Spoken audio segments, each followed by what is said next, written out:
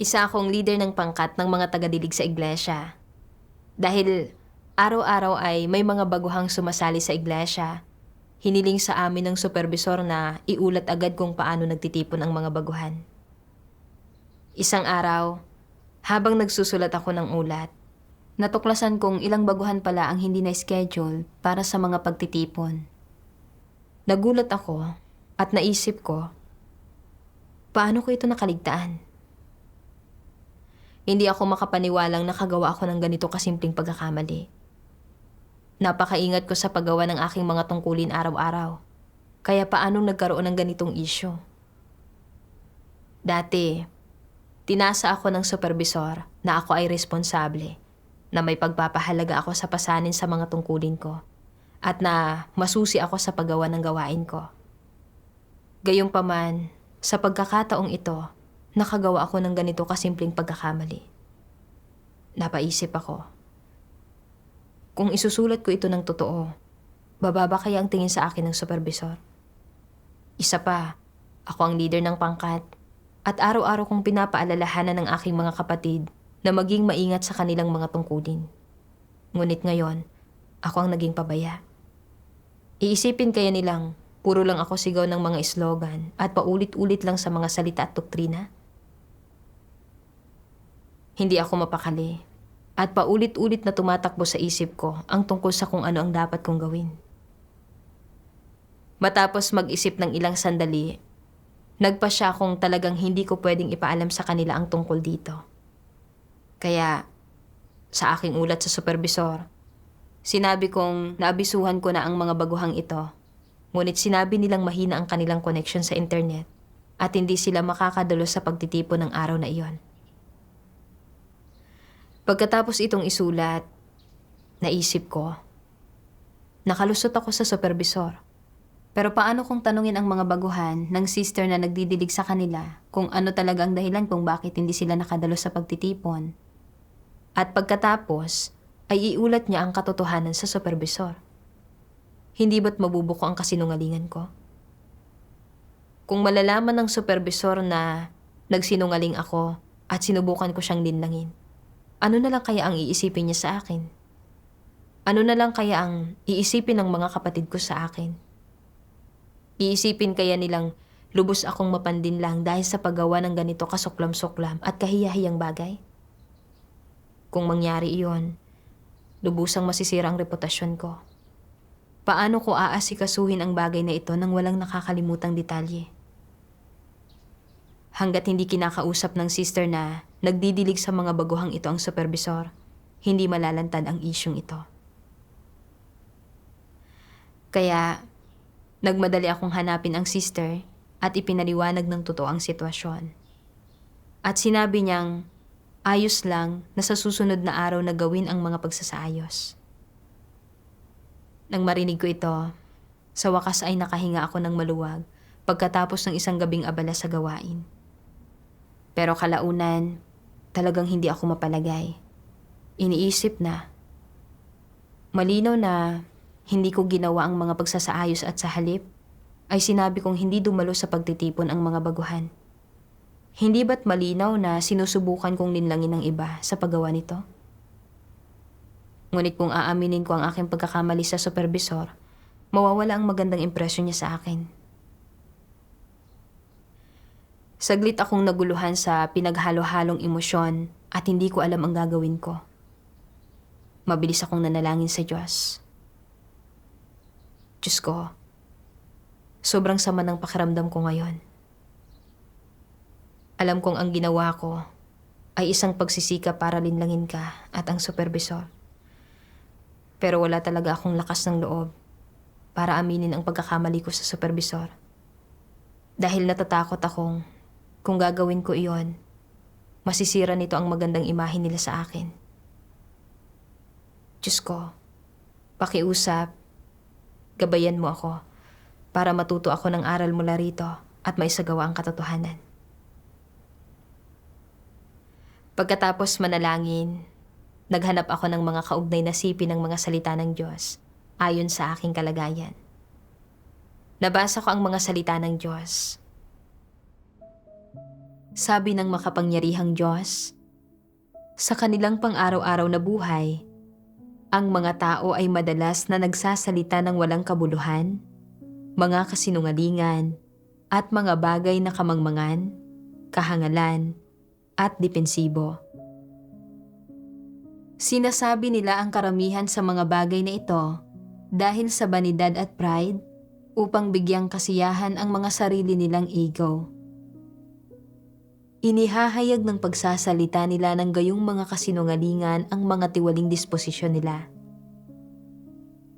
Kung lulutasin mo ang mga tiwaling elementong ito, madadalisay ang puso mo at unti-unti kang magiging mas dalisay at matapat.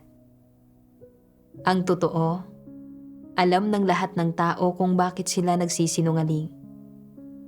Alang-alang sa pansariling pakinabang at pride, o para sa banidad at katayuan, sinusubukan nilang makipagkompetensya sa iba at magpanggap. Gayunman, sa huli, ang kasinungalingan nila ay ibinubunyag at inilalantad ng iba at napapahiya sila at nasisira din ang dignidad at integridad nila. Ang lahat ng ito ay dulot ng sobra-sobrang kasinungalingan. Masyado nang dumami ang mga kasinungalingan mo. Ang bawat salitang sinasabi mo ay may halo na at hindi sinsero, at ni isa ay hindi maituturing na totoo o matapat.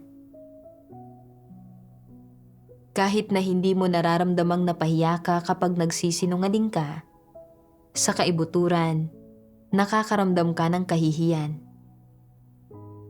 Inuusig ka ng konsensya mo, at mababa ang pagtingin mo sa sarili mo.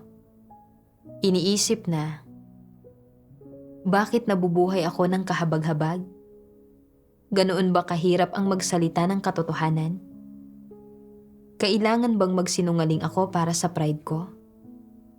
Bakit sobrang nakakapagod ang buhay ko? Hindi mo kailangang mamuhay ng nakakapagod. Kung makakapagsagawa ka bilang isang matapat na tao, magagawa mong mamuhay ng magaan, malaya at maalwan. Gayunman, pinili mong itaguyod ang pride at banidad mo sa pamamagitan ng pagsisinungaling. Bunga nito, nakakapagod at miserable ang pag-iral mo na ikaw mismo ang may gawa. Maaaring magkaroon ng pakiramdam ng pride ang isang tao sa pamamagitan ng pagsisinungaling. Ngunit ano ba ang pakiramdam ng pride? Ito ay isang bagay lang na walang kabuluhan at ganap na walang halaga. Ang pagsisinungaling ay nangangahulugang pagkakanulo ng integridad at dignidad ng isang tao. Tinatanggalan nito ng dignidad at integridad ang isang tao. Hindi ito nakalulugod sa Diyos at kinasusuklaman niya ito. Sulit ba ito? Hindi. Ito ba ang tamang landas? Hindi. Ang mga taong madalas na nagsisinungaling ay namumuhay alinsunod sa mga satanikong disposisyon nila. Namumuhay sila sa ilalim ng kapangyarihan ni Satanas. Hindi sila namumuhay sa liwanag, ni hindi rin sila namumuhay sa presensya ng Diyos. Palagi mong iniisip kung paano magsisinungaling at pagkatapos mong magsinungaling, kailangan mong mag-isip kung paano pagtatakpan ang kasinungalingang iyon. At kapag hindi mo napagtakpan ng maayos ang kasinungalingang iyon, at ito ay nabunyag, kailangan mong pigain ang iyong utak upang subukang ituwid ang mga kontradiksyon at gawin itong kapani-paniwala. Hindi ba't nakakapagod ang mabuhay ng ganito? Nakakapagod. Sulit ba ito? Hindi. Hindi ito sulit. Ang pagpiga sa utak upang magsabi ng mga kasinungalingan at pagkatapos ay pagtakpan ang mga ito, lahat para sa kapakanan ng pride, banidad at katayuan. Anong kabuluhan nito? Sa wakas, nagninilay-nilay ka at iniisip mo, ano ang punto? Masyadong nakakapagod ang pagsisinungaling at ang pangangailangang pagtakpan ang mga ito. Hindi uubra na kumikilos ako sa ganitong paraan. Mas magiging madali kung magiging matapat na tao na lang ako. Ninanais mong maging isang matapat na tao, ngunit hindi mo mabitiwan ang pride, banidad, at mga personal na interes mo. Kaya, ang nagagawa mo lang ay magsinungaling para panindigan ang mga bagay na ito. Kung ikaw ay isang taong nagmamahal sa katotohanan, magagawa mong tiisin ang iba't ibang uri ng pasakit upang maisagawa ang katotohanan. Kahit pang ibig sabihin nito ay pagsasakripisyo ng iyong reputasyon at katayuan at pagtitiis ng pangungutya at pamamahiya ng iba, hindi mo ito iindahin, basta't nagagawa mong isagawa ang katotohanan at palugurin ang Diyos, sapat na ito. Pinipili ng mga nagmamahal sa katotohanan na isagawa ang katotohanan at maging matapat. Ito ang tamang landas at ito ay pinagpapala ng Diyos. Kung hindi minamahal ng isang tao ang katotohanan, ano ang pinipili niya? Pinipili niyang gumamit ng mga kasinungalingan para mapanatili ang kanyang reputasyon, katayuan, dignidad, at integridad. Mas pipiliin niyang maging mapanlinlang at kasuklaman at itakwil ng Diyos. Ang gayong mga tao ay ayaw sa katotohanan o sa Diyos. Pinipili niya ang sarili niyang reputasyon at katayuan. Nais niyang maging mapanlinlang. Wala siyang pakialam kung nalulugod ang Diyos o hindi, o kung ililigtas siya ng Diyos. Maliligtas pa rin ba ng Diyos ang gayong tao? Tiyak na hindi, dahil pinili niya ang maling landas. Makapamumuhay lang siya sa pamamagitan ng pagsisinungaling at pandaraya. Makapamumuhay lamang siya ng buhay na puno ng pasakit dahil sa pagsisinungaling at pagtatakip sa mga ito at pagpipigas sa kanyang utak upang ipagtanggol ang sarili niya araw-araw. Kung iniisip mong mapapanatili ng mga kasinungalingan ang reputasyon, katayuan, banidad, at pride na ninanais mo, lubos kang nagkakamali. Ang totoo, sa pamamagitan ng pagsisinungaling, hindi ka lang bigong mapanatili ang banidad at pride mo, at ang dignidad at integridad mo, kundi mas matindi pa, napapalagpas mo ang pagkakataong isagawa ang katotohanan at maging isang matapat na tao. Kahit na magawa mong panatilihin ang iyong reputasyon, katayuan, banidad, at pride sa sandaling iyon, naiwaksi mo ang katotohanan at naipagkanulo ang Diyos. Ibig sabihin nito ay ganap nang nawala sa iyo ang pagkakataon na mailigtas at maperpekto niya, na siyang pinakamalaking kawalan at isang walang hanggang pagsisisihan. Hindi ito mauunawaan kailanman ng mga mapanlinlang. Mula sa mga salita ng Diyos, naunawaan kong ang mga mapanlinlang na tao ay nagsasalita at kumikilos para protektahan ang sarili nilang banidad, pride at mga interes. Alam na alam nilang hindi ito gusto ng Diyos, ngunit pinipiga pa rin nila ang kanilang isip para magsinungaling, pagtakpan ang sarili at manlinlang. Maaaring tila pinoprotektahan nila ang kanilang pride at banidad, ngunit nawawala sa kanila ang pagkakataong isagawa ang katotohanan. At kung hindi sila magsisisi, sa huli ay ititiwalag sila ng Diyos at tuluyan silang mawawala ng pagkakataong maligtas ng Diyos. Nang mapagtanto ko ito, natigilan ako. Ang pag-uugali ko ay katulad lang ng mga kalagayang inilalantad ng Diyos. Sa sandaling natuklasan kong ilang baguhan ang hindi na-schedule para sa mga pagtitipon, nag-alala ako kung ano ang iisipin sa akin ng supervisor kung malalaman niya, at kung bababa ang tingin niya sa akin. Nag-alala rin akong pagkatapos malaman ng mga kapatid, babanggitin nila ang katotohanang palagi ko silang pinapaalalahanan na maging mas masigasig sa kanilang mga tungkulin. Ngunit nakagawa ako ng ganito kasimpleng pagkakamali sa sarili kong mga tungkulin. Natakot akong isipin nilang isa akong taong walang mga realidad na puro lang ulit sa mga salita at doktrina para protektahan ang magandang imaheng mayroon ang mga tao sa akin. Nagsinungaling ako at sinabing hindi nakadalo sa pagtitipon ang mga baguhan dahil sa mahinang internet. Pero nag-alala rin akong malalaman ng sister na nagdidilig sa mga baguhan ang aktwal na sitwasyon.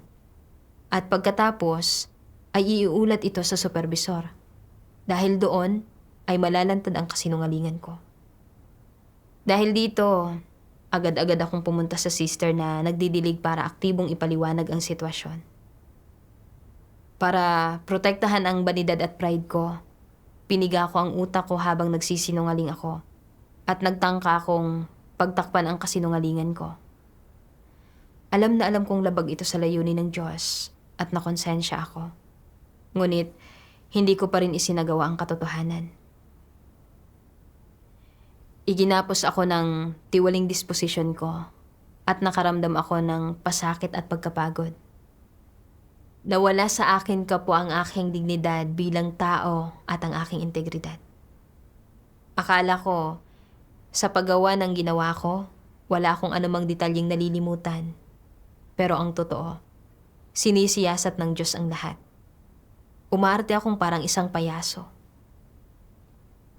Habang mas nagninilay ako, lalo kong nararamdaman na ang ginawa ko ay kamuhi-muhi, kasuklam-suklam, at karimari-marim, at ang mga kilos ko ay naging dahilan para kasuklaman ako ng Diyos. Kasabay nito, nakaramdam ako ng hindi maipaliwanag na pagkabalisa at pagkatakot, na para bang talagang nasa panganib ako. Tulad ng sinasabi ng Diyos.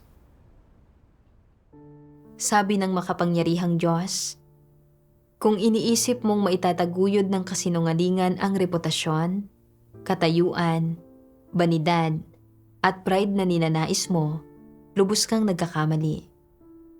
Ang totoo, sa pamamagitan ng pagsisinungaling, hindi ka lang bigong mapanatili ang banidad at pride mo at ang dignidad at integridad mo, kundi mas matindi pa, napapalagpas mo ang pagkakataong isagawa ang katotohanan at maging isang matapat na tao. Kahit na nagawa mong protektahan sa sandaling iyon ang iyong reputasyon, katayuan, banidad, at pride, isinakripisyo mo ang katotohanan at ipinagkanulo ang Diyos. Ibig sabihin nito, ay ganap nang nawala sa iyo ang pagkakataon na mailigtas at maperpekto niya, na siyang pinakamalaking kawalan at panghabang buhay mong pagsisisihan. Bagamat pinahintulutan ako ng pagsisinungaling na protektahan ang banidad ko at pride ko sa harap ng iba at panatilihin ang magandang impresyon ng mga tao sa akin, nawala sa akin ang pagkakataong isagawa ang katotohanan at maging isang matapat na tao. At nakagawa ako ng isang walang hanggang hindi mabuburang pagsalangsang sa harap ng Diyos. Kalaunan, napaisip ako, bakit hindi ko mapigilang palaging magsinungaling? Ano ang ugat na dahilan nito? Isang araw sa oras ng mga devotional ko, nabasa ko ang isang sipi ng mga salita ng Diyos. Sabi ng makapangyarihang Diyos, kapag madalas sinasabi sa inyo ng mga nakatatanda sa pamilya na kailangan ng mga tao ang kanilang pagpapahalaga sa sarili tulad ng pangangailangan ng puno sa balakbak nito, ito ay para bigyan mo ng halaga ang pagpapaganda ng iyong imahe, mamuhay ng kagalang-galang na buhay, at hindi gumawa ng mga bagay na sumisira ng iyong puri. Kaya, ginagabayan ba ng kasabihang ito ang mga tao sa positibo o negatibong paraan? Magagawa ba nitong akayin ka tungo sa katotohanan? Magagawa ba nitong akayin ka na maunawaan ang katotohanan? Hindi. Hindi nito magagawa. Tiyak na hindi. Ang hinihingi ng Diyos mula sa mga tao ay na maging matapat sila.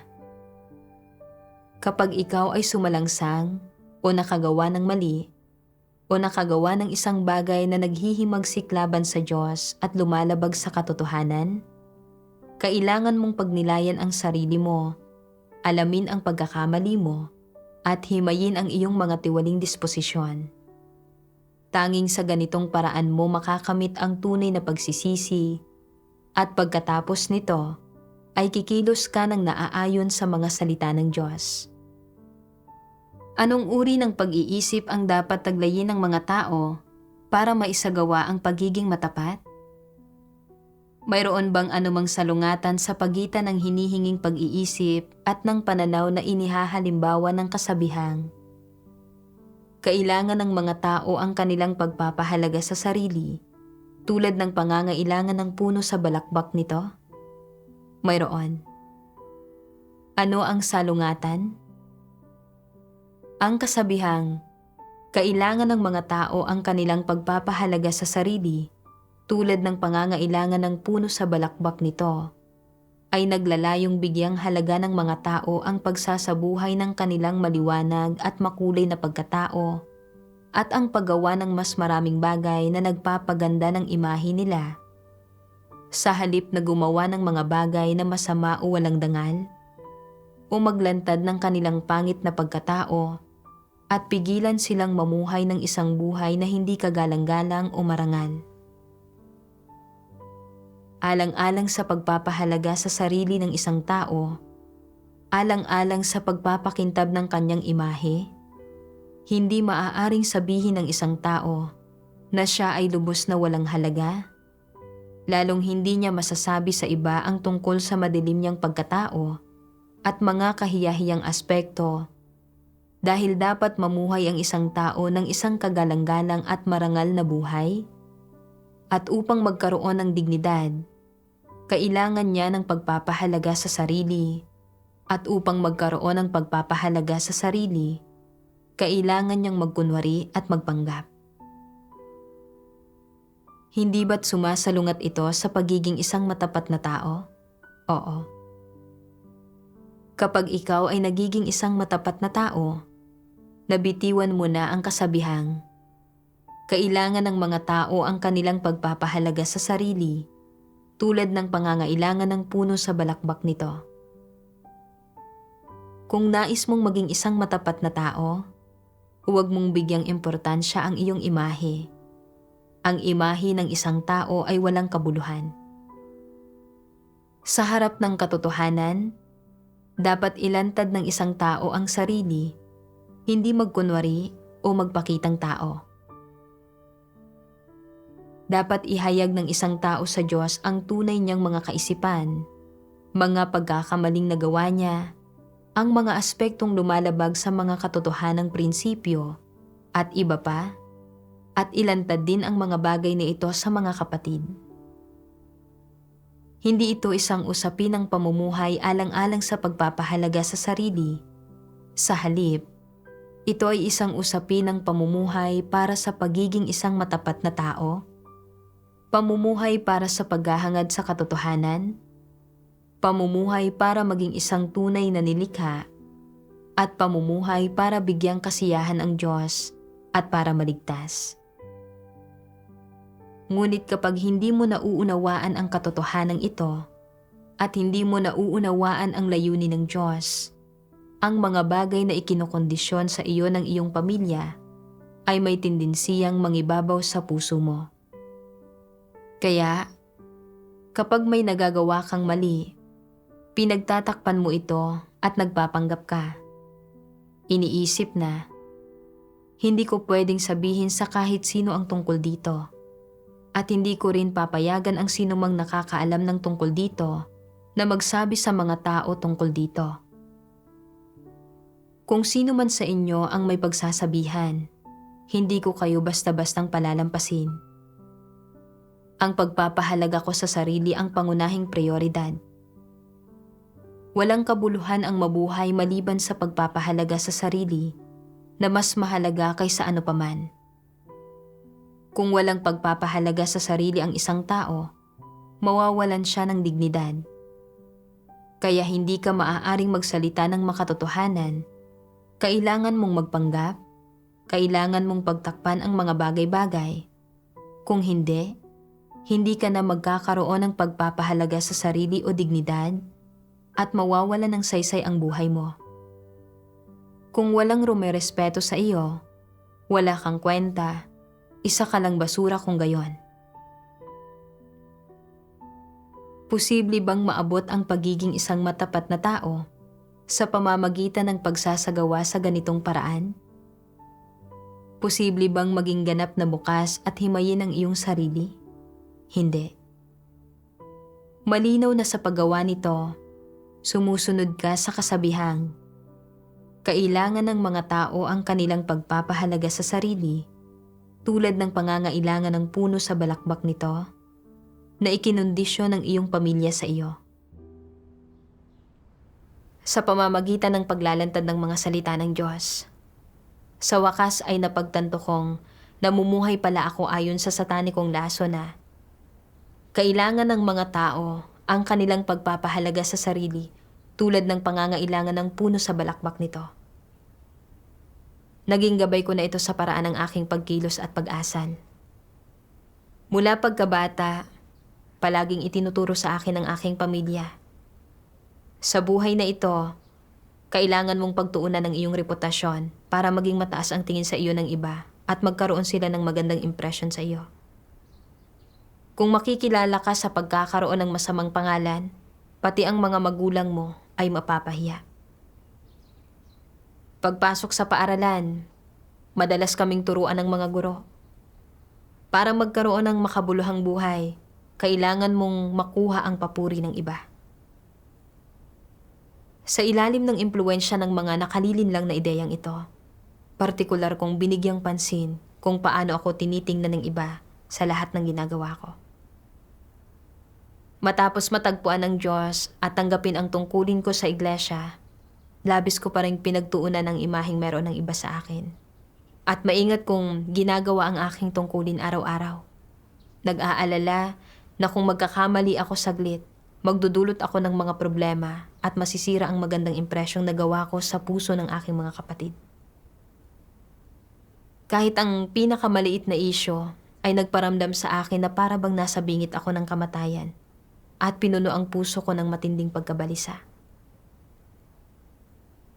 Para mapanatili ang aking magandang imahe, hindi ako nangahas na aminin ang aking mga pagkakamali sa supervisor. Kaya gumamit ako ng mga panlilinlang at pandaraya at nagsinungaling ako sa pag-uulat ng sitwasyon sa mga pagtitipon ng mga baguhan. Sa pamumuhay ayon sa mga satanikong laso na ito, talagang naging baluktot at mapanlinlang ako. At para mapanatili ang pride at ang katayuan ko, nawala sa akin ang mga pangunahing prinsipyo ng pagiging tao. Namuhay ako ng napakababa at walang kabuluhang buhay. Sa pagsisikap na maging isang matapat na tao, nang sumalungat ito sa satanikong batas na kailangan ng mga tao ang kanilang pagpapahalaga sa sarili, tulad ng pangangailangan ng puno sa balakpak nito. Natuklasan kong hindi ko kayang isagawa ang katotohanan o pumanig sa katotohanan. Paano ako maliligtas kung magpapatuloy ako ng ganito? Nang mapagtanto ko ang malulubhang kahihinatnan ng pamumuhay ayon sa mga satanikong lason, labis kong pinagsisihan ang hindi pagsasagawa ng katotohanan. Kaya naghanap ako ng landas ng pagsasagawa sa mga salita ng Diyos. Kalaunan, nabasa ko ang mga salita ng Diyos. Sabi ng makapangyarihang Diyos, upang maging isang matapat na tao, dapat mo munang ilantad ang iyong puso upang matingnan ito ng lahat, makita ang lahat ng iniisip mo, at masilayan ang iyong tunay na mukha. Kailangan ay hindi mo subukang magpanggap o pagtakpan ang iyong sarili. Saka lamang magtitiwala ang iba sa iyo at ituturing kang isang matapat na tao. Ito ay ang pinakasaligang pagsasagawa at isang pangunang kailangan sa pagiging isang matapat na tao. Kung palagi kang nagpapanggap, palaging nagkukunwaring banal, marangal, dakila at mataas ang karakter, Kung hindi mo hinahayaang makita ng mga tao ang iyong katiwalian at ang iyong mga kapintasan, kung inihaharap mo ang isang huwad na imahe sa mga tao upang maniwala sila na ikaw ay may integridad, na ikaw ay dakila, mapagsakripisyo sa sarili, makatarungan, at di makasarili, hindi ba't panlilin lang at kabulaanan ito? Hindi ba makikilatis ng mga tao ang tunay mong pagkatao pagtagal-tagal? Kaya, huwag kang magpanggap o magkubli sa iyong sarili. Sa halip, ilantad ang sarili mo at ang puso mo para makita ng iba. Dapat mong hanapin ang katotohanan upang malutas ang anumang problemang lumilitaw. Anuman iyon, at huwag magbalat kayo o magkunwari para sa iba sa anumang paraan. Ang iyong mga pagkukulang, iyong mga kapintasan, iyong mga pagkakamali, iyong mga tiwaling disposisyon, maging ganap na bukas tungkol sa lahat ng ito at makipagbahaginan tungkol sa lahat ng ito. Huwag mong itago ang mga ito sa loob mo. Ang pagkatutong buksan ng iyong sarili ang unang hakbang tungo sa buhay pagpasok, at ito ang unang balakid na siyang pinakamahirap malampasan. Kapag nalampasan mo na ito, madali nang pumasok sa katotohanan. Ano ang ipinahihiwatig ng paggawa sa hakbang na ito? Nangangahulugan ito na binubuksan mo ang puso mo at ipinapakita ang lahat ng nasa loob mo, mabuti o masama, positibo o negatibo. Inilalantad ang iyong sarili para makita ng iba at ng Diyos. Walang itinatago sa Diyos, walang pinagtatakpan, walang pagpapanggap, walang panlilinlang at panluloko, at bukas at matapat din maging sa ibang mga tao. Sa ganitong paraan, nabubuhay ka sa liwanag at hindi ka lamang sisiyasating mabuti ng Diyos, kundi makikita rin ng ibang mga tao na kumikilos ka ng may prinsipyo at may antas ng kalinawan. Hindi mo kailangang gumamit ng anumang mga pamamaraan para protektahan ang iyong reputasyon, imahe, at katayuan, ni hindi mo kailangang pagtakpan o ikubli ang iyong mga pagkakamali. Hindi mo kailangang makisangkot sa mga walang saysay na pagsisikap na ito. Kung mabibitiwan mo ang mga bagay na ito, labis kang mapapahinga, mamumuhay ka ng hindi napipigilan o walang pasakit, at mamumuhay ka ng lubusan sa liwanag. Mula sa mga salita ng Diyos, naunawaan kong, para maiwasang maging mapanlinlang umandaya, kailangan kong isagawa ang pagiging matapat na tao ayon sa mga salita ng Diyos. At kailangan kong magsanay na buksan ang puso ko at makipagbahaginan sa mga kapatid ko para sabihin kung ano talaga ang nasa isip ko. Hindi alintana ang mga tiwaling disposisyong taglay ko, ang mga pagkakamaling nagagawa ko sa aking tungkulin o ang mga pagkukulang o kakapusang meron ako. Dapat akong matutong magbukas at ilantad ang aking sarili na nagbibigay daan sa aking mga kapatid na makitang, tulad nila, marami rin akong mga tiwaling disposisyon at hindi ako mas mahusay kaysa sa kanila. Sa pamamagitan lamang ng pagiging bukas at prangka, maaaring maging payapa at panatag ang aking puso. Nang maisip ko ito, gusto kong magtapat sa aking mga kapatid tungkol sa aking kalagayan. Ngunit nang maisip kong magsabi ng totoo, labis akong kinabahan. Natakot akong mapungusan ng supervisor at namamaliitin ako ng aking mga kapatid. Kaya, nanalangin ako sa Diyos sa puso ko. Hinihiling sa Diyos na gabayan ako para magsagawa ayon sa kanyang mga salita at maging isang matapat na tao. Pagkatapos manalangin, nagkaroon ako ng motibasyon at nag-ipon ako ng lakas ng loob para magpadala ng mensahe sa supervisor. Sinasabi sa kanya na hindi ako nagsabi ng totoo nang iulat ko ang tungkol sa mga pagtitipon ng mga baguhan. Pagkatapos basahin ang aking mensahe, tinanong lang ako ng supervisor kung bakit ko ito ginawa at wala na siyang gaanong sinabi pa. Kalaunan, sa isang pagtitipon, nagtapat din ako at nakipagbahaginan sa aking mga kapatid, gamit ang mga salita ng Diyos tungkol sa pagiging isang matapat na tao.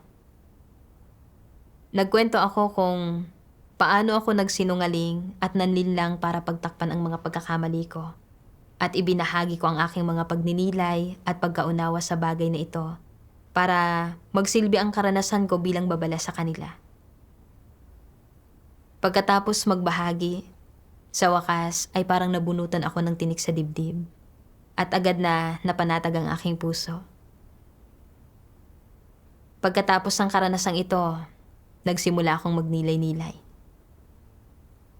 Bakit kapag ang iba ay nahaharap sa mga problema o paglihis sa kanilang mga tungkulin, kaya nila itong tratuhin ng wasto? Ngunit kapag ako ang nahaharap sa mga problema, napupuno ng alalahanin ng aking puso. Bakit nananatiling hindi mapalagay ang puso ko? Bukod sa pag-aalala tungkol sa pagkakaroon ng magandang imahe sa mata ng iba, ano pa kaya ang maaaring problema? Isang araw sa pagdidevosyonal ko, nagkataong nakakita ako ng isang transcript para sa isang video ng patotoong batay sa karanasan na pinamagatang, "Bakit napakahirap umamin sa mga pagkakamali?" Sumipi ito ng isang sipi ng mga salita ng Diyos na napakalaki ang naitulong sa akin. Sabi ng makapangyarihang Diyos, paano ka dapat magsagawa upang maging isang ordinaryo at normal na tao? Paano ito magagawa? Una, huwag mong bigyan ng titulo ang sarili mo at huwag kang magpagapos dito na sinasabing, "Ako ang leader. Ako ang leader ng pangkat. Ako ang supervisor. Walang nakaaalam sa gawaing ito ng higit sa akin. Walang nakauunawa sa mga kasanayan ng higit sa akin." Huwag kang mahumaling sa titulong ibinigay mo sa sarili. Sa sandaling gawin mo ito, itatali nito ang iyong mga kamay at paa at maaapektuhan ang iyong sinasabi at ginagawa. Maaapektuhan din ang normal mong pag-iisip at paghusga. Dapat mong palayain ang iyong sarili sa mga limitasyon ng katayuang ito. Una, ibaba mo ang iyong sarili mula sa opisyal na titulo at posisyon na ito at tumayo ka sa lugar ng isang pangkaraniwang tao. Kung gagawin mo ito, magiging medyo normal ang mentalidad mo. Dapat mo ring aminin at sabihin na, "Hindi ko alam kung paano ito gawin at hindi ko rin iyon nauunawaan. Kakailanganin kong magsaliksik at mag-aral." O, "Hindi ko pa ito nararanasan, kaya hindi ko alam ang gagawin." Kapag kaya mong magsabi ng tunay mong iniisip at magsalita ng tapat, magtataglay ka ng normal na katwiran. Makikilala ng iba ang tunay na ikaw at sa gayon ay magkakaroon ng normal na pagtingin sa iyo at hindi mo kakailanganing magpanggap ni hindi ka magkakaroon ng anumang matinding pressure kung kaya't magagawa mong makipag-usap ng normal sa mga tao. Ang pamumuhay ng ganito ay malaya at magaan. Ang sinumang napapagod sa buhay ay idinulot ito sa kanilang sarili. Sa pamamagitan ng paglalantad ng mga salita ng Diyos, malinaw kong nakita ang sarili kong mga problema. Sa simula, nang bigyan ako ng tungkulin bilang leader ng pangkat, hindi ko ipinosisyon ng tama ang sarili ko at ipinataw ko sa aking sarili ang titulong leader ng pangkat. Natuklasan kong lahat ng sinasabi ko o ginagawa ay nababalot ng titulong ito. Inakala kong dahil naging leader ako ng pangkat, dapat na mas malakas ang mga profesional na kasanayan ko at kapabilidad ko sa gawain kaysa sa ibang mga kapatid. At ang karaniwang ugali ko ay dapat na mas mabuti kaysa sa kanila.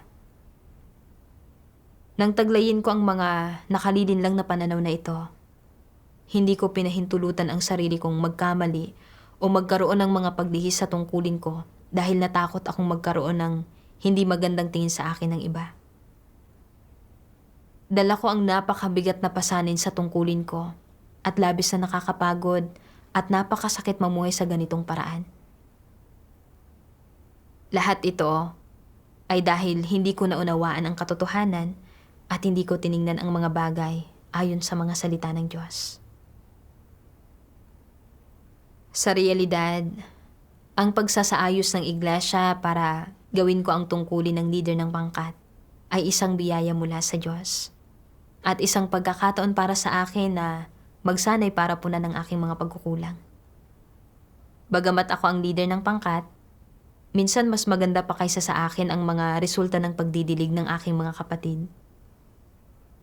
Ngunit palagi ko pa ring iniisip na bilang leader ng pangkat, kailangan kong maging mas mahusay kaysa sa iba at hindi ako pwedeng magkamali. Talagang napakayabang nito at walang katwiran. Isa lang akong tiwaling tao, kaya normal lang para sa akin na magkaroon ng mga paglihis o magbunyag ng mga tiwaling disposisyon sa aking tungkulin. Dapat ko itong tratuhin ng tama at magtapat sa mga kapatid at ilantad ang sarili ko.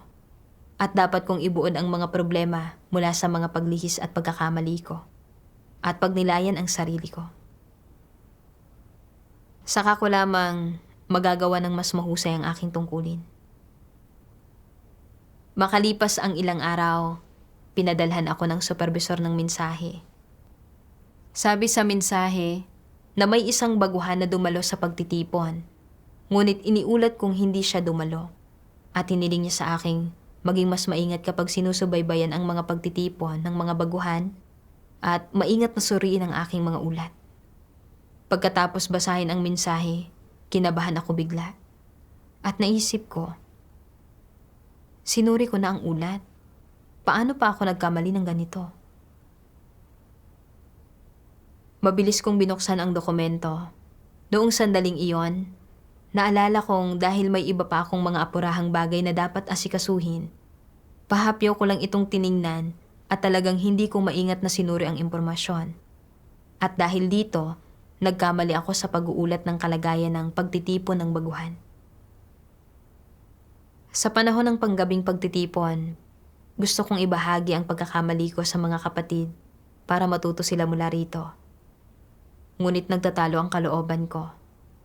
Iniisip na, kung malalaman ng mga kapatid na nagkamali na naman ako, iisipin kaya nilang nagiging pabasta-basta lang ako sa aking tungkulin? Magtataka kaya sila kung ano ang nangyayari sa akin kamakailan at malilito kung bakit palagi ako nagkakamali? Ano na lang kaya ang iisipin nila sa akin? Iisipin kaya nilang may problema sa akin? Sandaling naguluhan ang puso ko. Noong sandaling iyon, napagtanto kong may mali sa aking kalagayan. Kaya nanalangin ako sa Diyos. Hinihiling sa Kanyang gabayan ako para isagawa ang katotohanan at maging isang matapat na tao. Pagkatapos, ay nabasa ko ang mga salita ng Diyos. Sabi ng makapangyarihang Diyos, kung nais mong maging isang matapat na tao, huwag mong bigyang importansya ang iyong imahe. Ang imahe ng isang tao ay walang kabuluhan. Sa harap ng katotohanan, dapat ilantad ng isang tao ang sarili, hindi magkunwari o magpakitang tao. Dapat ihayag ng isang tao sa Diyos ang tunay niyang mga kaisipan, ang mga pagkakamaling nagawa niya, ang mga aspektong lumalabag sa mga katotohanang prinsipyo at iba pa, at ilantad din ang mga bagay na ito sa mga kapatid. Hindi ito isang usapin ng pamumuhay alang-alang sa pagpapahalaga sa sarili. Sa halip, ito ay isang usapin ng pamumuhay para sa pagiging isang matapat na tao, pamumuhay para sa paghahangad sa katotohanan, pamumuhay para maging isang tunay na nilikha, at pamumuhay para bigyang kasiyahan ang Diyos at para maligtas. Biglang pinalinaw ng mga salita ng Diyos ang mga iniisip ko At binigyan ako nito ng motibasyon para isagawa ang katotohanan at maging isang matapat na tao. Gusto kong aminin ang aking mga pagkakamali sa aking mga kapatid. At bagamat medyo nakakahiya kung gagawin ko ito, isasagawa ko ang pagiging matapat na tao ayon sa mga hinihingi ng Diyos. At isasabuhay ang wangis ng tao. At sa espiritual, makakaramdam ako ng paglaya at kalayaan. Nang mapagtanto ko ito, nanalangin ako sa Diyos sa puso ko. Hinihiling sa Kanyang gabayan ako para magsagawa ayon sa Kanyang mga salita. At nagpa siyang, anuman ang maging tingin sa akin ng iba, gusto ko lang bigyang kasiyahan ang Diyos. Sa panahon ng panggabing pagtitipon, sinabi ko sa mga kapatid ang tungkol sa mga pagkakamaling nagawa ko sa aking tungkulin. Dahil sa kapabayaan ko, at hinimo ko silang huwag nang gawin ang parehong mga simpleng pagkakamali na nagawa ko. Pagkatapos sabihin ang mga bagay na ito, napanatag ako at napalaya. Sa pamamagitan ng karanasang ito, habang nagpapatuloy ako sa paggawa ng aking tungkulin, hindi ko na inalala kung ano ang iniisip ng iba sa akin tulad ng dati. At mas kalmado ko nang nahaharap ang aking mga pagkakamali. Araw-araw, sinusubukan ko ang lahat ng aking makakaya para gawin ang dapat kong gawin at seryosohin ang mga bagay-bagay. At kapag may anumang problemang lumilitaw sa tungkulin ko, kung ang mga ito ay sanhi ng aking tiwaling disposisyon, lumalapit ako sa harap ng Diyos para magnilay at hanapin ang katotohanan para lutasin ang aking tiwaling disposisyon. Kung ang pagkakamaling ito ay sanhi ng ilang partikular na dahilan, ginagamit ko ang mga pagkakamaling nagawa sa aking tungkulin para ibuod ang paglihis at iwasto ito sa susunod na pagkakataon. Salamat sa Diyos sa Kanyang paggabay. Sa pagsasagawa sa ganitong paraan, natikman ko ang kagalakan ng pagsasagawa ng katotohanan at ng pagiging isang matapat na tao.